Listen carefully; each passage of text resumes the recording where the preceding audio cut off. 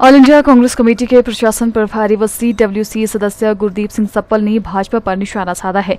कांग्रेस मुख्यालय राजीव भवन शिमला में आयोजित पत्रकार वार्ता के दौरान उन्होंने प्रधानमंत्री मोदी पर तंज कसते हुए कहा कि मोदी जी के जुमलों का टाइटैनिक डूब रहा है। 10 साल तक जो बड़ी बड़ी बातें और वादे उन्होंने जनता से किए, उसकी सच्चाई अब जनता के सामने आ चुकी है। उन्होंने कहा कि हिमाचल प्रदेश में आई आपदा के दौरान उन्होंने ऐसा बर्ताव किया कि जैसे हिमाचल भारत का हिस्सा ही नहीं है।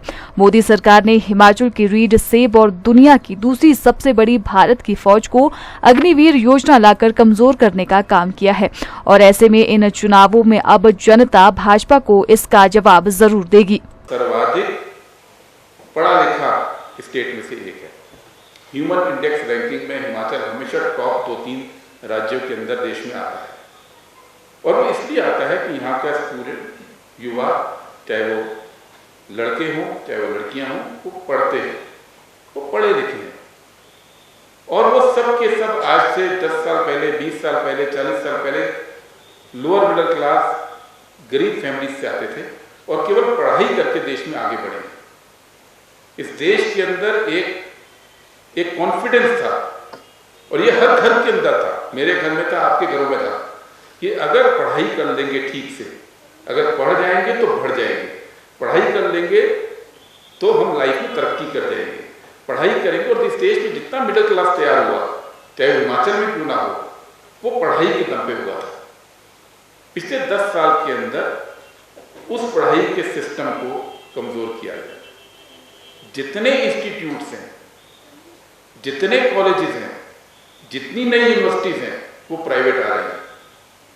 एक आम कोर्स के लिए प्राइवेट कॉलेजेस के अंदर अगर एक ग्रेजुएशन कोर्स करने के लिए आज की तारीख में 4-4 लाख रुपए, 5-5 लाख रुपए साल की फीस जा रही है। मेडिकल कॉलेजेस जितने बन रहे हैं, प्राइवेट बन रहे हैं, 50 लाख से 2 करोड़ रुपए के बीच में ग्रेजुएशन हो रहा है। तो सवाल ये है कि जो गरीब घर के बच्चे हैं या जो मिडिल क्लास के बच्चे हैं, जो नौकरी पेशा परिवार के बच्चे हैं, वो कहाँ जाएंगे? आज कितने बच्चों को अपनी मनपसंद कोर्स को छोड़ना पड़ रहा है क्योंकि 4 लाख 5 लाख फीस या मेडिकल के केस में 50-50 लाख फीस उनके परिवार वाले नहीं दे पाते। इस पूरे सिस्टम को मोदी सरकार ने प्राइवेटाइज कर दिया, सरकारी कॉलेजेस को कमजोर किया, सरकारी इंस्टीट्यूशन को कमजोर किया और केवल इस देश में प्राइवेट पढ़ाई को इन्होंने किया। और प्राइवेट पढ़ाई का जो स्तर है, पीछे आप सबने देखा होगा कुछ बड़े वीडियोज आ रहे हैं देश की नामी ग्रामी प्राइवेट यूनिवर्सिटी के बच्चों के, उनके रिस्पॉन्स आप सबने वीडियोस पे देखा है, सोशल मीडिया बड़े वायरल हुए। तो वहां ये पढ़ाई हो रही है। मंत्री इंफॉर्मेशन ब्रॉडकास्टिंग अनुराग ठाकुर जी, तो उन्होंने एक बात बोल दी कि कांग्रेस आएगी तो परमाणु हथियार खत्म कर देगी। और चूंकि आज हिमाचल में हूं तो उनका ये कहना, हिमाचल की जनता को डराना, उसकी हकीकत मैं आपके सामने रखना चाहता हूं क्योंकि अनुराग ठाकुर जी के लिए तो इस देश का इतिहास 2014 में शुरू हुआ। 2014 से पहले तो इसके लिए देश का इतिहास था ही नहीं। खुद उनके पिताजी का जो कंट्रीब्यूशन रहा वो भी उनके इतिहास के कोर्स से बाहर है। उनके पिताजी भी अलग अलग पदों पर रहे, मुख्यमंत्री भी रहे, मंत्री भी रहे देश में। उनका भी इतिहास अनुराग ठाकुर जी के कोर्स से बाहर है, लेकिन ये देश 14 से पहले बना था।